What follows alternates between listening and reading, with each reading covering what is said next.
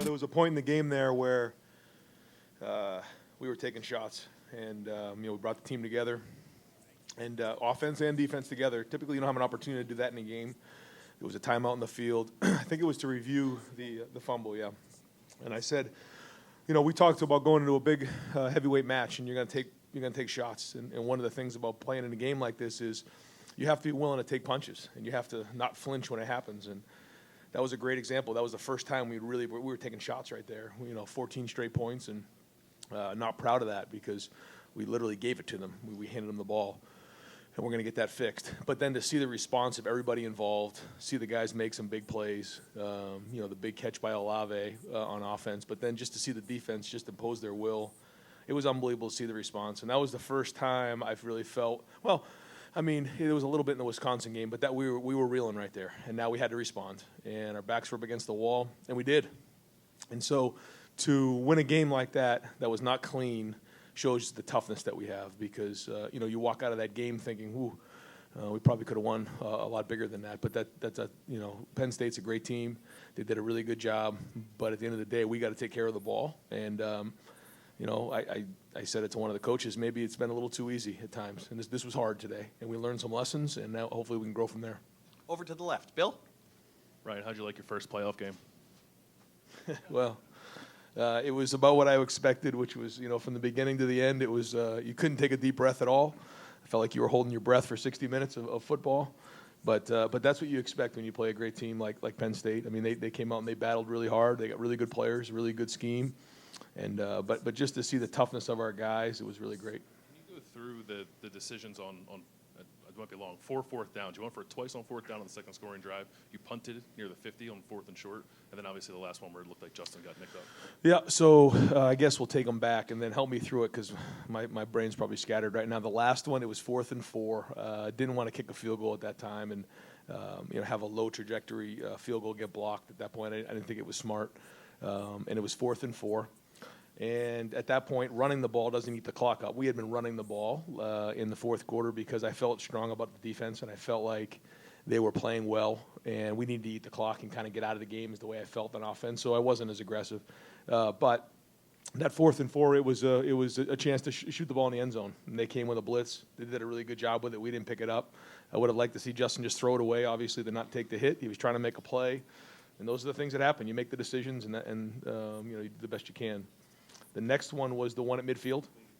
Yeah, so, again, I felt the defense was playing great. It was 4th and short, and I just felt like if Drew could keep him inside the 10-yard line, that our defense and our fans, who were unbelievable again today, I mean, I don't know how many false starts that we got with the noise, but it was great. And we asked Buckeye Nation to be loud in this game, and they were exactly that. They were a factor in this game, and I can't give them enough credit. I know how much our team appreciates everybody coming out early and being loud. I mean, that means everything to us. So, again, thank you. But I knew if we could pin them in, play the field position game, would be okay. What was the other one?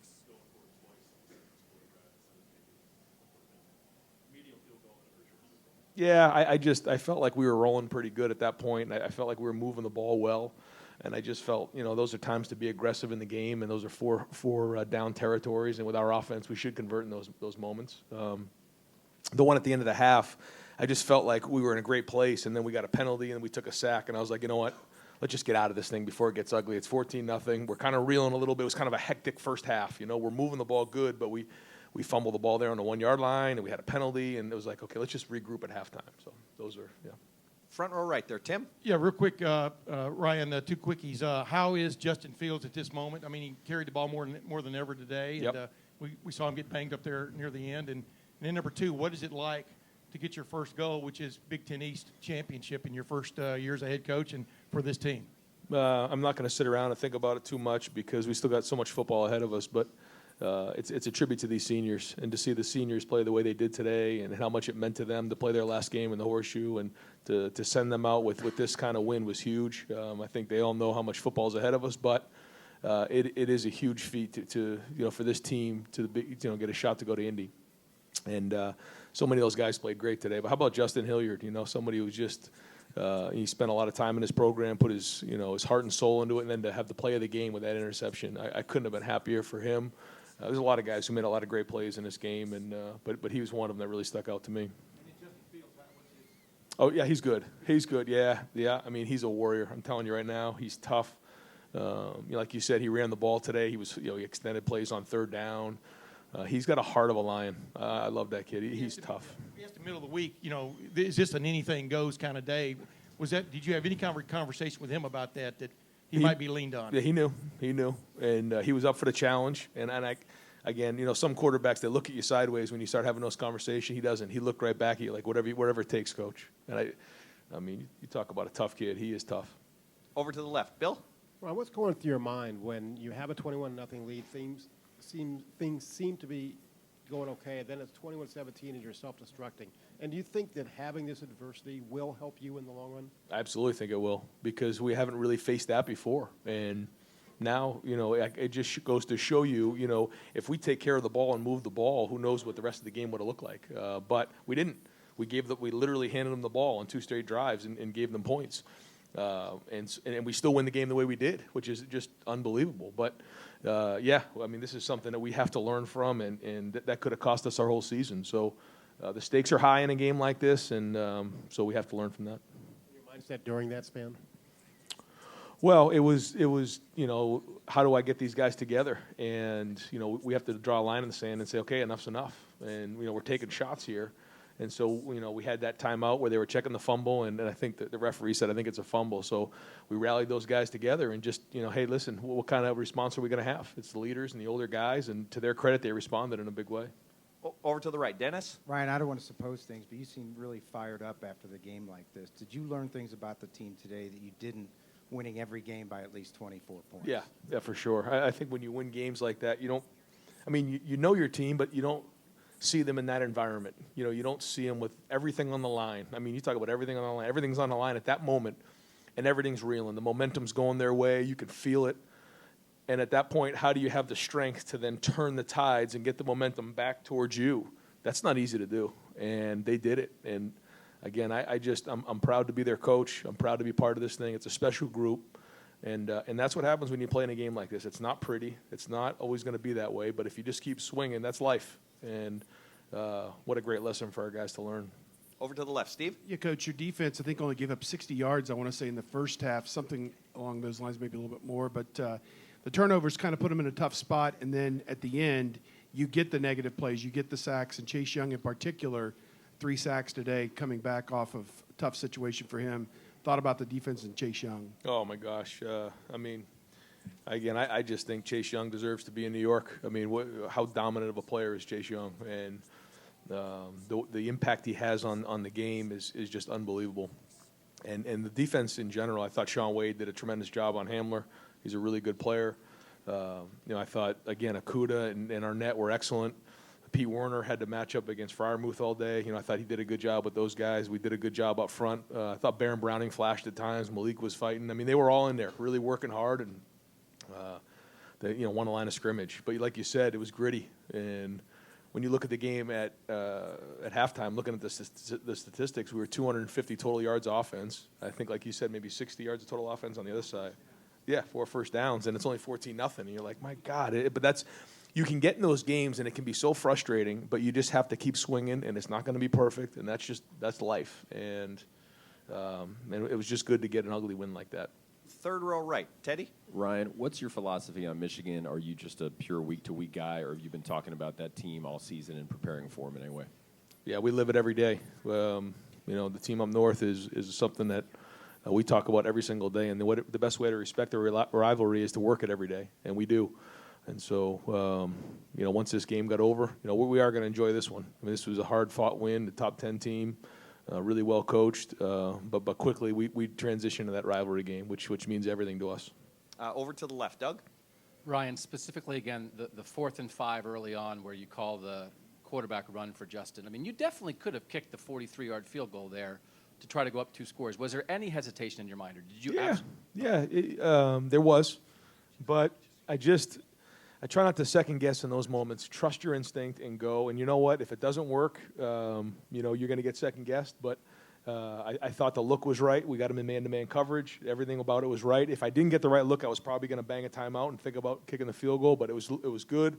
The backer ran out of the box. They were up the field. We hit it, and that was a huge play in the game. And play call, was that something you guys felt like you knew you were going to be able to use that draw? Myers gets to the block on the linebacker with the look you would get? It was a play that we had for second and long or third down situations like that, and to see the execution level on that was pretty good. It's not always that easy on the draws, but we hadn't really shown that all year, so I thought it was great, really good job executing. And you're so aggressive, and you talked about sort of in the second half you weren't as aggressive. I don't know if that means you think you maybe were conservative a little bit, just maybe not throwing the ball as much.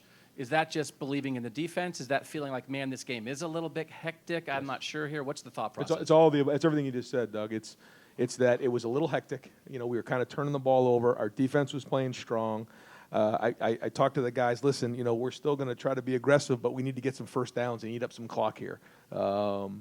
And that's what we were doing, where typically in a moment like that, if it was a back and forth game and we had a little bit more rhythm in the game, we'd be throwing the ball more down the field and being more aggressive. But I just felt like, our defense was playing strong. Let's just kind of eat some clock up and try to, shorten the game. And that's not easy to do for an offensive guy. And punting the ball at that one point was not easy either, Jeez. Third row right. Rob? Yeah, Ryan, along those lines, it looked like you were married to the run right from the get-go. I think 91 yards on that first series, and then 20 carries, was it, for Justin? Is that something you thought you had to do coming into the game? Talk us through that, because it had a different vibe, this offense. Yeah, well, I thought that, they have a very good run defense, and in order to gain an extra number in there, you have to equate with the quarterback. And there was a good number of those that weren't designed for him. The draw certainly was, and there was a couple others. But for the most part, we were reading somebody, and their guy, typically the read was to pull the ball. And that doesn't necessarily always happen that way, but when you're playing against really good defenses, that's something you have to do. And I thought he made great decisions all day.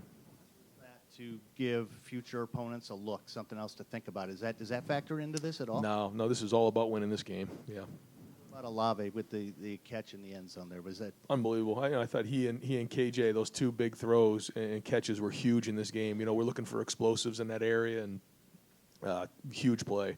I thought KJ did a great job creating separation on that route, and then Chris just going up and just the heart of somebody to go up and get a ball like that. I thought Justin threw two really good balls there, but in big moments, those are clutch throws. The things that you think about, and 5 years from now, you go back, those are the plays. But to see Chris go up and get that ball and battle for that ball, what an unbelievable play. Folks, we have time for just a couple more because we have players and coaches coming up. Over to the left, Ari. Hey, Ryan, 5 years ago, on the same day, Justin Hilliard and JaySean Cornell announced their commitments, and that was like one of the most impactful or biggest recruiting days of the last decade, dating back to the beginning of Urban Meyer's tenure here.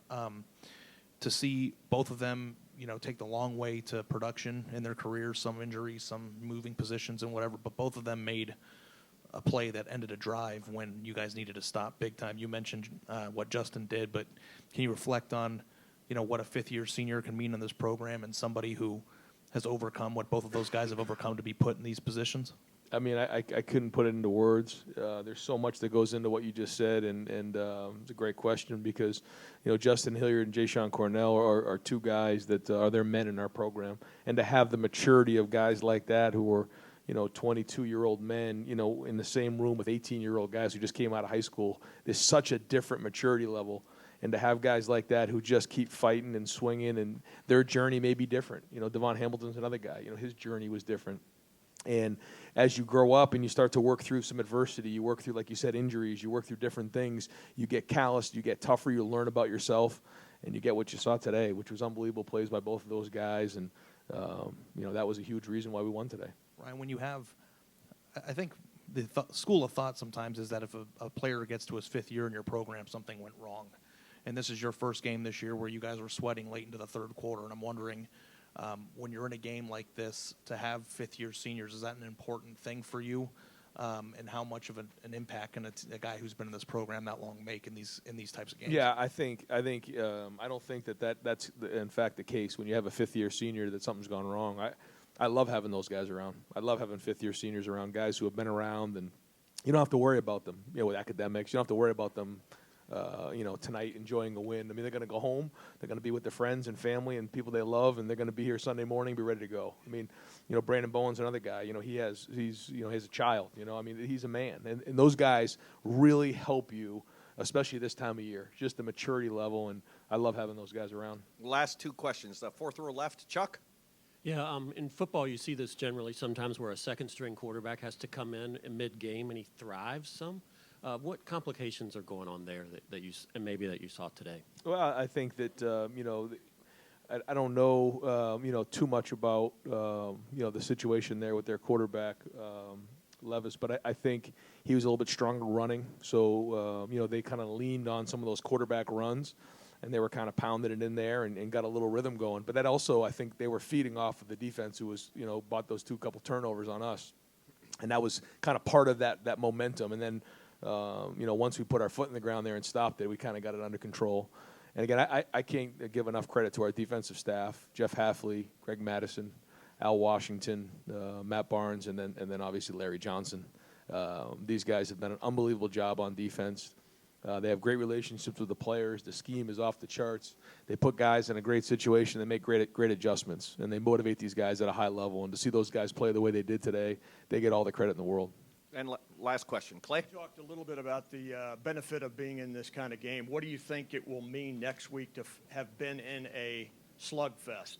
Well, I think you have their attention now, and I know that sounds crazy, 11 weeks, 12 weeks into the season, but I think you do. I think, when you say things to somebody for months at a time and you beat teams by 30 and 40 points, they kind of look at you like, yeah, I got you, coach, we're good. Yeah. And you keep saying it, and you keep saying it, and you keep saying it, and now we're into November, and I think now they can look at you and say, okay, coach, I got you. It's very unique that we'd be this far into the season before something like that would happen, but it's true. Are you going to get in the car, turn up the jam on the way home, like you said? That's your most fun with the family? No, there's no question. I will be going as fast as I can up 315 with the music as loud as I can, with the windows down, and then I'm going to go sit on the couch with the family and enjoy a win. And what is that jam? It's whatever my son and my two daughters want to be playing. I let them choose whatever it is. I don't even know what it is sometimes.